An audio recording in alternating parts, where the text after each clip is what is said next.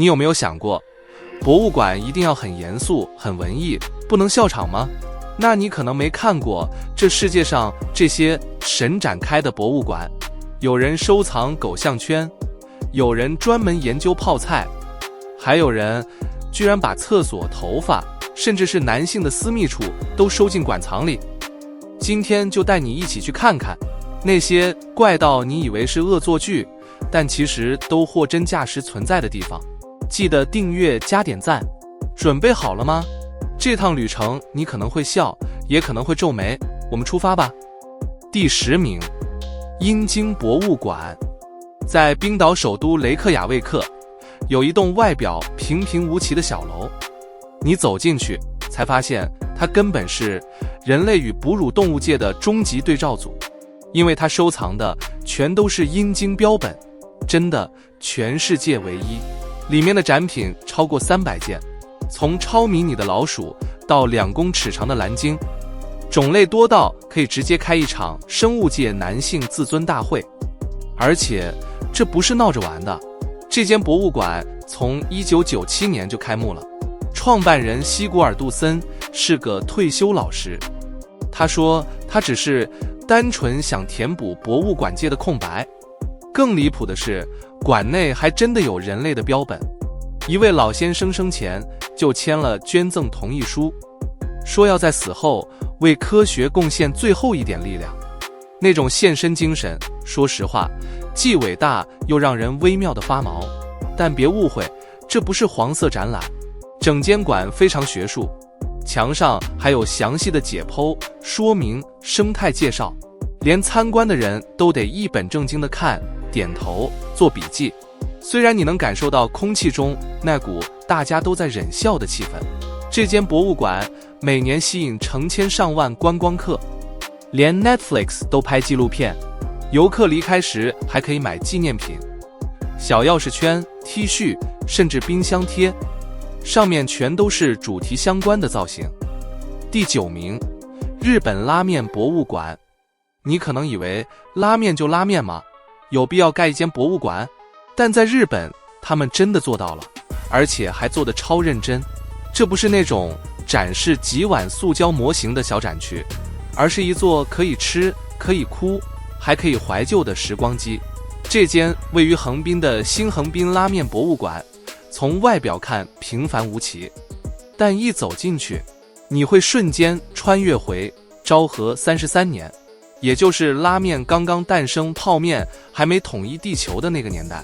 馆里整层楼都是1比1复刻的老日本街景，昏黄的灯、复古的电线杆、手写的广告牌，连广播都在播当年的新闻。你走在里面，真的会有一种世界末日后还活着的人的错觉。当然，灵魂不是装潢，而是拉面本面。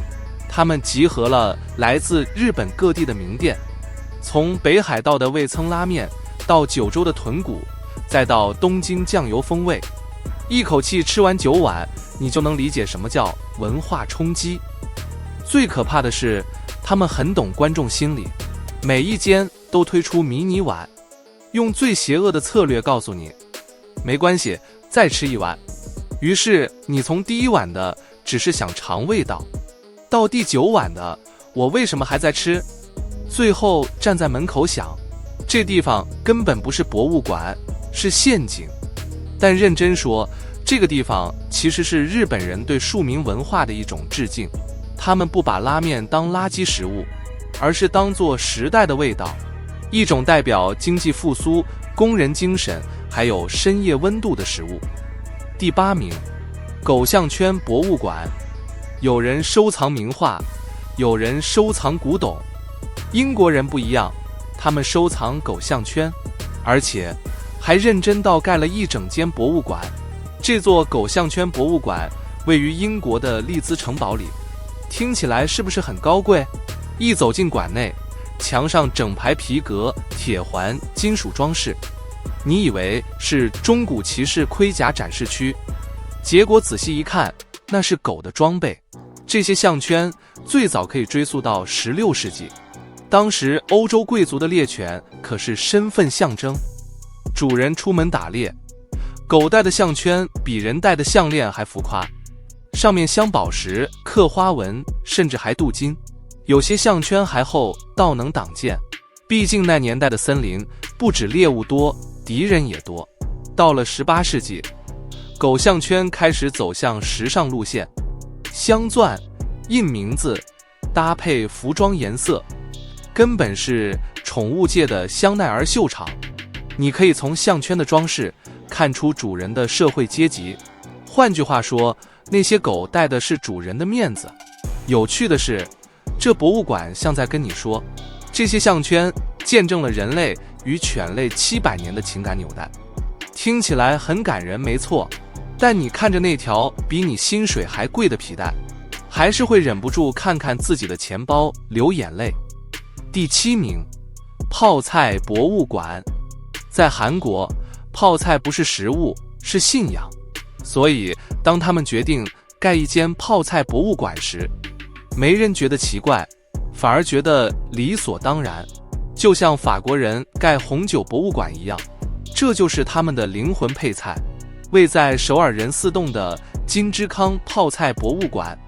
从一踏进去开始，空气里就弥漫着那股熟悉的味道，不是香，不是臭，是一种历史在发酵的味道。你会先看到一整面墙的泡菜进化史，从几百年前的陶罐、盐渍萝卜、古代腌制工具，一直展示到现代透明保鲜盒。导览员会一本正经地告诉你，泡菜的灵魂不在白菜，而在等待。听起来哲学感满满，但仔细想，好像也没说错。更妙的是，他们摆了10几种泡菜样本，让你一个个去闻，去比较差别。从传统辣味到冬藏泡菜，有人闻了3秒皱眉，有人闻完直接流口水。如果你同时看到有人笑，有人快晕，请放心，那是正常反应。还有一个特别区，展示各国人第一次吃泡菜的表情照，从日本游客的微笑礼貌，到欧洲人的困惑皱眉，到某个美国人直接被辣到瞪眼。那一面墙堪称国际理解的真实写照。第6名，头发博物馆。巴黎，一个浪漫到连怪都很精致的地方。没错，这间法国头发博物馆是世界上最优雅也最令人起鸡皮疙瘩的地方之一。走进去第一眼，你会以为这是高级发廊的展示空间，金色灯光、丝绒布帘、玻璃柜闪闪发亮。结果靠近一看，里面那些卷曲的艺术品全都是真人头发。这里收藏的发饰、假发、发辫横跨了整整500年的欧洲历史，从17世纪的宫廷假发、18世纪的恋人发界，到19世纪贵族夫人的发束艺术品，每一件都细到离谱，精致的让人忘记那其实是别人掉下来的毛。你可能会问，为什么要收藏头发？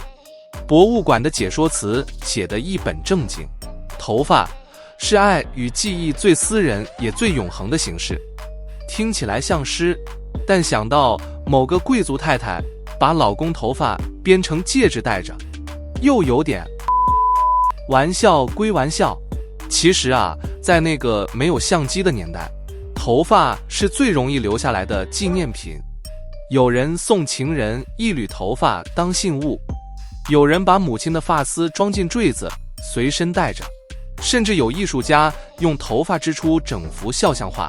那时候的巴黎人真的是浪漫到疯狂。不过讲真的，这个博物馆也挺科学的，他们还展示古代理发工具、假发制作技术，甚至讲解头发颜色的化学保存方式。但讲到如何让头发不发臭的那一段，你大概就不想太细想了。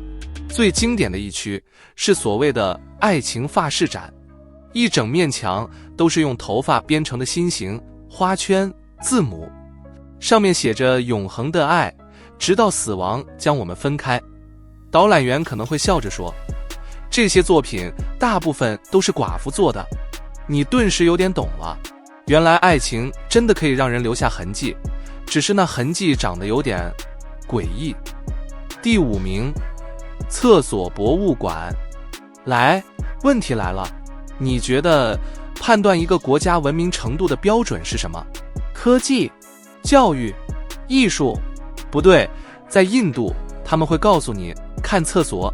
是的，这个世界上真的有一间厕所博物馆，而且它还相当认真，相当有使命感。由社会改革家辛格博士在新德里创办。他认为要了解人类的进步，就要从人类怎么上厕所开始。听起来好像恶搞，但其实超有道理。毕竟从原始人蹲在草丛里，到现代智能马桶、自动加热、按摩喷香，我们走过的文明之路，说穿了就是一场几千年的卫生革命。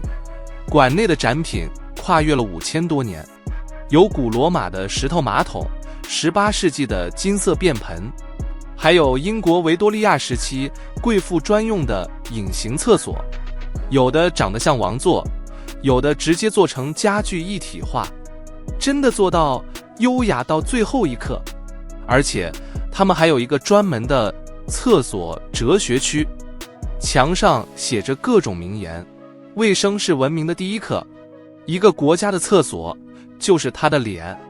看完你真的会开始反省，原来世界和平可能要从清洁厕所开始谈起。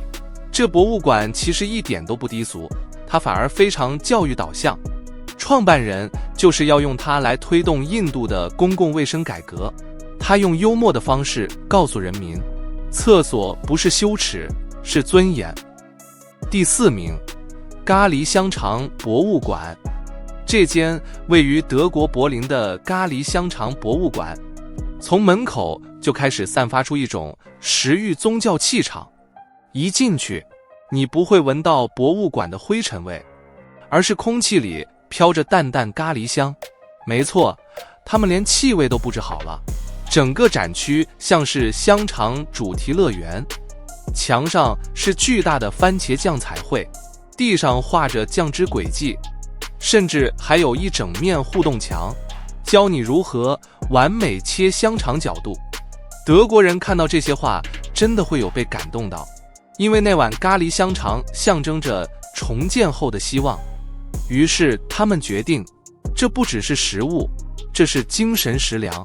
所以在博物馆里，你可以体验虚拟煎香肠游戏，也可以进入香料气味隧道，闻到从甜咖喱到辣椒的全系列味觉记忆，甚至还有一个香肠沙发。对，你可以真的坐在巨大香肠造型的沙发上自拍。不过讲真的，这间博物馆虽然看起来荒谬，却也很温柔。它把一段战后的创伤变成了属于平民的快乐味道，让人明白，原来食物不只是填饱肚子，有时候也是疗伤的方式。第3名，酷刑博物馆。这间博物馆绝对不是你旅行会随手安排的那种行程，它没有咖喱香，也没有纪念品香肠。进去之后，你唯一想带出来的，大概只有心理阴影。位在捷克的布拉格市中心，这间酷刑博物馆外表看起来安静优雅，就像一般的老欧洲建筑，但一推开门，空气突然变得很冷。昏暗的灯光，阴森的配乐，还有墙上那些中世纪刑具，静静地提醒你，人类的想象力真的比恶魔还会设计。这里收藏了上百种刑具，每一样都有名字、功能，甚至还有使用说明。有一个内部布满尖刺的铁棺材，有断指器、碎锡机、伸展架，还有那传说中最恶名昭彰的尖椅子。听起来像恐怖小说，但这一切都是真实存在的。最恐怖的不是这些器具，而是那种冷漠的逻辑。这些发明都来自正义的名义，当年施行的人往往认为自己是对的。听导览的时候，你会突然意识到，真正可怕的不是刑具，而是人类的合理化能力。不过，这间博物馆其实有一层很深的寓意，它要人们记住文明的代价。每一件展品的旁边都附上一小段历史背景说明，那是从残暴走向人权的过程。那一刻，整趟参观突然安静下来，你从看热闹的好奇心变成一种对历史的后悔感。第2名，坏艺术博物馆。艺术这件事有时候让人越看越迷茫，毕竟有人看一坨颜料说那是天才，也有人画得再努力都被说是灾难。而美国就有一群人决定，既然烂到没人要，那我们来收。于是世界上唯一一间专门收藏烂艺术的地方诞生了。这间博物馆成立在1993年，一开始只是波士顿一位艺术收藏家在地下室乱堆的作品。他从跳蚤市场捡来一幅诡异的油画，画中是一位女人笑得像刚看到鬼。结果大家越看越觉得那画实在太有灵魂了，于是灵感来了，既然世上有现代艺术博物馆，为什么不能有烂艺术博物馆？这博物馆的收藏标准非常独特，它只收那些认真画但失败得非常彻底的作品。换句话说，如果你是故意画烂、乱涂鸦，是不收的。他们要的是那种拼尽全力却歪掉的真诚。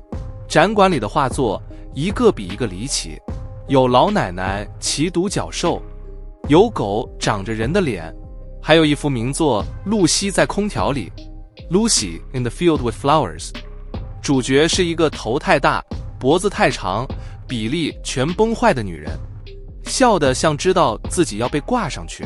每幅画旁边都有一本正经的艺术说明，写着诸如艺术家大胆地探索了透视法的极限，这幅作品挑战了人类脸部肌肉的现实结构，其实就是在礼貌地说画歪的离谱。观众看着看着，从一开始的偷笑到后来的狂笑，最后真的被感动了。因为你发现这些画家都非常认真，他们不是搞笑，而是拼命，只不过方向稍微错了一点点，结果就成了传奇。第1名，吸血鬼博物馆。对，又是巴黎，浪漫之都没错。在巴黎东北边一条静到发毛的小巷，你会看到一扇看似废弃的红门，没有灯箱，没有售票亭，只有一个手写招牌，写着吸血鬼与传奇生物博物馆。你推门进去的那一瞬间，就好像误闯进德古拉的客厅。这间博物馆由一位历史学家兼吸血鬼研究者雅克·希尔万创办，他花了几十年时间收集世界各地的吸血鬼传说、黑暗宗教文物、古老驱魔器具，还有据说是真实事件的证据。展区灯光永远昏黄，墙上挂着一排排十字架，被阳光晒褪色的圣经页，还有据说从东欧墓地带回的木桩。每一件展品背后都附着一段故事，有的来自民间传说，有的来自报道。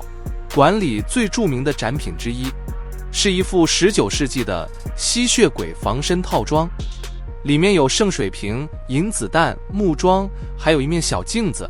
重点是这些工具全都真的使用过。有人说当年带着这套装备的猎人从来没回来。不过最令人毛骨悚然的是角落那具未命名棺材，馆主从不解释它的来源，只说有些故事最好不要太清楚。